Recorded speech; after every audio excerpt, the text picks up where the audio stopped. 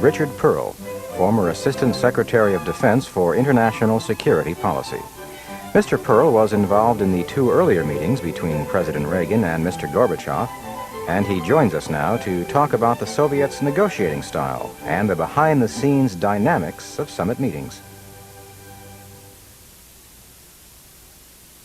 Richard Perle, former Assistant Secretary of Defense for International Security Policy and one who's observed superpower summit negotiations firsthand. How do you think the Soviets are approaching this summit meeting in terms of their negotiating strategy? The way they approach every summit meeting, with a view to extracting whatever they can in the way of concessions from the United States. The deal has pretty much been inked, yet they're coming in, they're going to have a summit. What is there to negotiate? Well, the Soviets are interested in far more than the elimination of intermediate nuclear missiles. In fact, in my view, they are paying the price of eliminating intermediate nuclear missiles in order to get at the other things that are more important to them. The highest priority for them is killing off the American Strategic Defense Initiative. That's been the center of their negotiating strategy. And I believe that they're going along with eliminating intermediate nuclear forces in order to keep the process of negotiation alive so that they can have a shot at the SDI program. In terms of actually what will happen on Monday, the General Secretary arrives, there's going to be a signing of the already agreed to treaty. Then what's on the table? Well, there are 5 sessions scheduled, substantive discussions between the President and the General Secretary. And I imagine they will cover the full range of issues that we've discussed at previous summits, not only arms control, although unfortunately arms control tends to dominate these deliberations. But they'll talk about regional issues, they'll talk about human rights almost certainly, and a variety of bilateral questions. What do you expect to come out of this summit? An agreement on intermediate nuclear forces that will eliminate them. Anything on those other 5 issues? Well, we haven't had much in the way of results before on the regional issues. At virtually every summit thus far, there's been talk about Afghanistan, but the Soviet troops are still there. There's been discussion of Southeast Asia, but they are still supporting war and turbulence in that part of the world. There's been discussion about Africa, and through their Cuban proxies, they continue to operate in Angola and in the Horn of Africa. So we haven't made much progress on the regional issues. On bilateral issues, we're moving toward an array of agreements, cooperative programs in all sorts of areas. We've concluded one already with respect to space cooperation. Others are under discussion having to do with housing and transportation and maritime affairs, and science and technology, and a variety of other things. And here I think the process is just careening wildly out of control. Every agency in Washington is scrambling to put together a cooperative program, whether it makes any sense or not. Most of them don't. Let's talk about the process itself. Is there any value in getting President Reagan, a principal, in the same room with General Secretary Gorbachev, a principal? Does any work get done, or is it somewhere else that the work gets done? No, work can get done at that level, and where there are issues that can be resolved by a say-so from one or the other, it's in theory at least possible that something could be done. What have you found to be the truth in practice? Well, I think the previous summits were important in conveying the ideas that each had about the issues that were on the table. For example, at the Geneva summit in 1985, and then again at the Reykjavik summit in 1986, President Reagan made it pretty clear to General Secretary Gorbachev that he wasn't going to give up the Strategic Defense Initiative. In order to carry forward these negotiations, Gorbachev has to understand what the scope for a possible agreement is, and I think the President has made it clear. It was necessary to make it clear first in Geneva and then to repeat it in Reykjavik for the Russians to get the message. I'm not sure they've got it yet. I guess negotiating is more of an art than a science, and I wonder how all of those nuances in face-to-face negotiations are affected by the presence of an interpreter, especially between the two principals.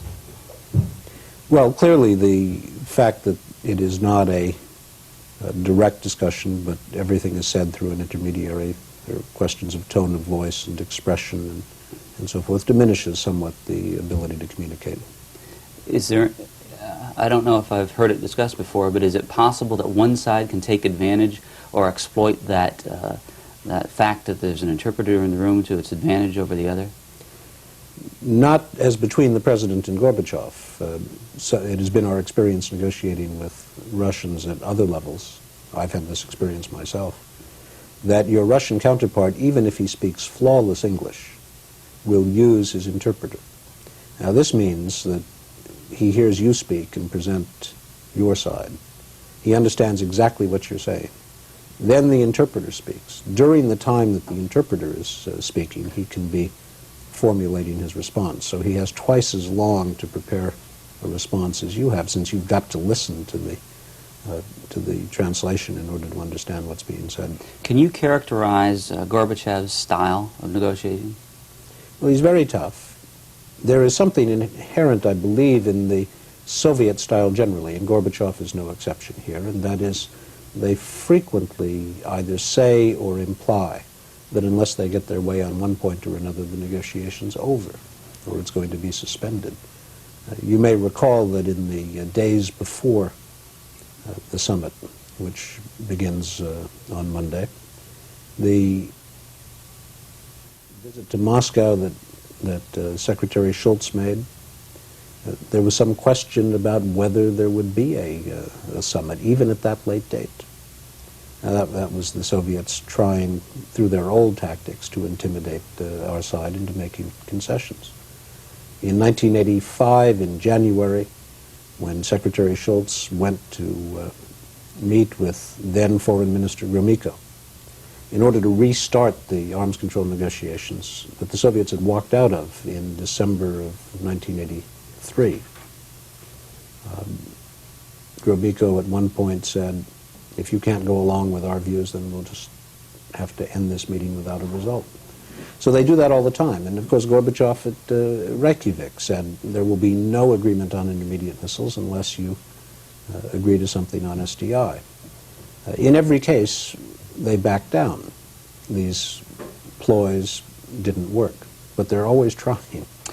In the room, when the principals are talking to each other, is there some technique that they're more likely to use in making these implications of no deal unless we get our way? Sometimes they can be pretty direct about it. And they try to exploit the fact that our leaders have to answer to a voting public. And they do not have to appeal to a voting public because there is none. Gorbachev is largely free, together with his colleagues, to do what he wishes to do, and there won't be nasty editorials in the New York Times or the Washington Post. How much, is there a difference between the Americans and the Soviets to the extent to which the principals rely on their staff, such as frequently the General Secretary turning over an item to someone sitting alongside of him? Does that happen? When the President and the General Secretary are together, frequently they are alone, or just with their respective Secretaries of State. So it doesn't happen in that case. But I think any head of state relies significantly on staff, if not in the meetings themselves, in preparing for them, because these issues are enormously complex. And indeed, many of the issues are too complex to be dealt with by heads of state. They can deal in broad principles, but when you get down to defining what it takes in order to verify compliance with an arms control treaty, that's beyond really the scope of most heads of state. Well, then let's talk some more about the staff. At Reykjavik, we were reading the news stories about how the staff worked literally overnight. Who are those people, and what does it mean to say that they're working overnight? Are they actually working through the night? Oh, we sat through the night negotiating. Paul Nitze led the American delegation. Marshal Akrameyev led the Soviet delegation. And there were 6 or 7 of us on each side. And we spent the whole night going back and forth, point by point, trying to narrow differences and agree upon language, if we could, that would form the basis for eventual treaties. And we made some progress that night. Not enough, but some. Is that going to happen this time? Probably. Who will be the principals on behalf of the United States? Well, it will depend in this case on whether the INF Treaty is signed, sealed, and delivered. That is, whether everything has been agreed or whether there are still some remaining issues. Do you believe that it's signed, sealed, and delivered? I never believe it's signed, sealed, and delivered until it is signed and delivered. The Russians have a way of agreeing across the table, and then when you go to formulate the precise words, you suddenly discover there were problems you didn't know you had. So you believe there's still a possibility that there might not be a simple signing on schedule? Oh, I think there will be a signing, but prior to the signing, there may be a last-minute scramble to cope with some unresolved issues. That happened at the Nixon-Kissinger summit in Moscow in 1972. It's not uncommon. You mentioned Marshal Akhmayev, is that right? Yes. He has a rather highly respected reputation among American negotiators, if you read the press. What does he owe that to? Well, some of the Soviet negotiators are so endlessly repetitive and boring and heavy-handed and inefficient in the way that Russians are inefficient. Sometimes you go through months when they simply don't want to negotiate, but instead of saying, let's knock it off for a few months and come back when we're ready to negotiate, they go through the motions and they can just drive you up the wall. Akhmayev has only appeared briefly at the Reykjavik summit and then the other day in Moscow. Sort of cameo appearances, if you will, and as a marshal of the Soviet Union, he exhibits considerable authority. So he can move more decisively than the typical Soviet negotiators. But if we saw as much of Akhmayev as we've seen of Karpov and some of the others, we might begin to feel the same way about him, too. Is Akhmayev scheduled to be here? I believe he will come, yes. Is that a signal as to how the Soviets intend to negotiate? It is, among other things, an indication that Gorbachev wishes to express the support of the military for what he is doing here. I realize you've been party to some of these negotiations, but maybe you can step back and give a judgment as to how you think the Americans are as negotiators with the Soviets. Are we good? Not always. What makes and us... sometimes we've been quite bad. When? Well, I think we got a lot of crucial details wrong in the SALT I agreement. We repeated that performance in the SALT II agreement. We frequently make concessions that we don't need to make because we tend to underestimate the Soviet capacity to be moved through the course of the negotiating process. What does the effect of a desire to have an agreement have on a negotiation? Well, it's deadly if it's only on one side, or if it's on one side more than on the other side. When we become eager for an agreement, the Soviets capitalize on that, and they start settling outstanding issues their way. Do you think that happened in this agreement? I think it always happens to some extent, and I haven't seen the results of the last 3 weeks or so of negotiation, but I'm concerned about some of the things that might have been resolved less favorably than could otherwise have been the case if we had shown the kind of detachment that I think would have been appropriate in this situation. Do you think a democratic country like ours could ever be as tough just because of the democratic impulse you talked about as the Soviets? Unlikely. And is there any way that the United States could ever be as tough, given the democracy, as the Soviets are? Well, we're not, by our nature, tough. We don't like large standing armies or military establishments. We're suspicious of them. We dismantled the army we had after World War II and again after Korea. The Soviet military tradition is quite different from ours. They believe in military power in a way that we don't. I think we consider military power an unhappy necessity, sometimes forced on us by the state of affairs in the world, but not something that we prize or value for any other reason. That isn't true in the Soviet case. Their attitude toward military power is that it affects political relations, and they want it in the largest quantities they can get. To what extent do the Soviets try to bring in the negotiations our relationship with our NATO allies? They always have, as one of their objectives, splitting the United States from its allies, either by trying to engineer proposals that will give the appearance that we're backing out on our allies or diminishing our support for them. And there was a great flurry of activity a few weeks ago having to do with the disposition of some old German Pershing missiles as a consequence of this agreement. 99% of that issue represented an effort by the Soviets to create a split between the U.S. and Germany. Those weapons were of no great significance militarily, and the Russians knew it. So they are always trying to raise in the minds of our European allies doubts and reservations about whether the United States can be counted upon in a crisis or over the long term to come to the support of our allies.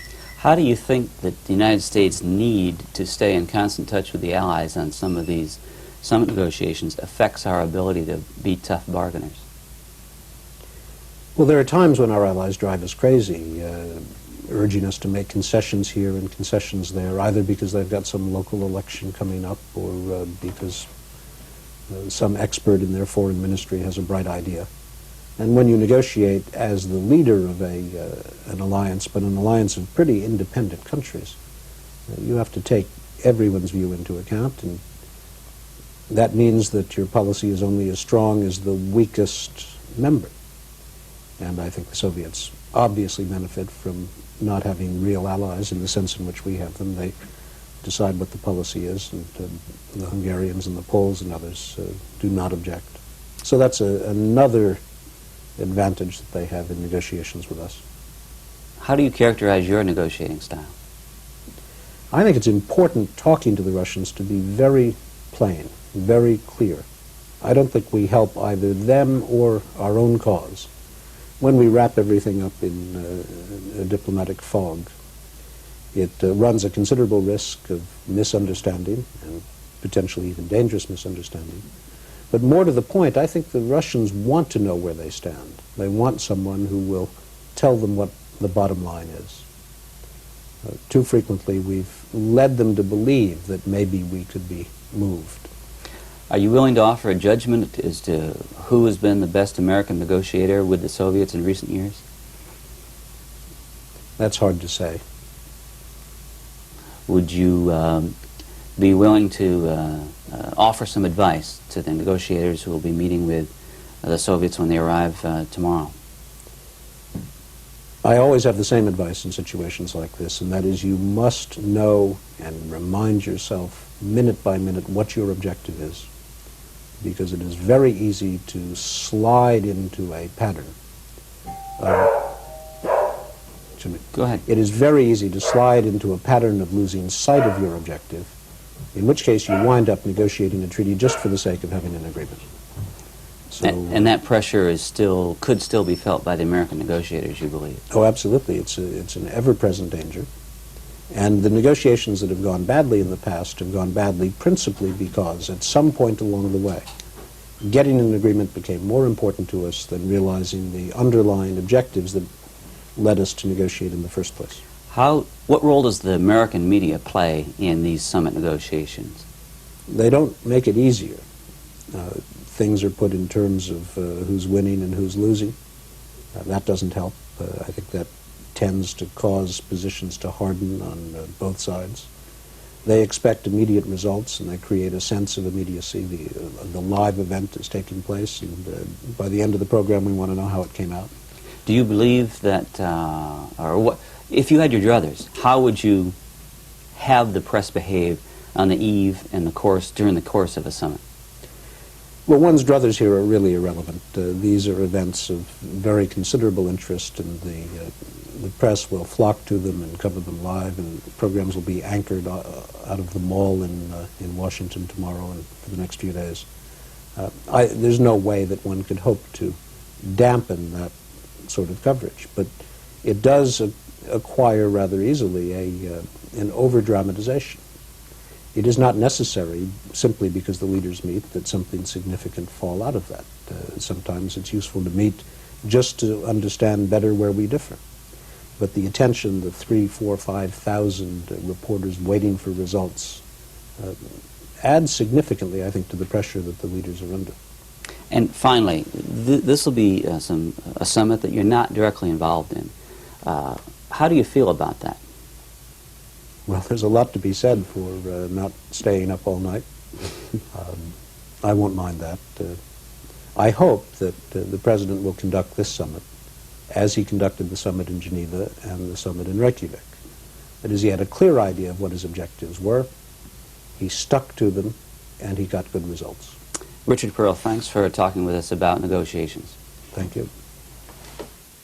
C-SPAN's preview of the summit meeting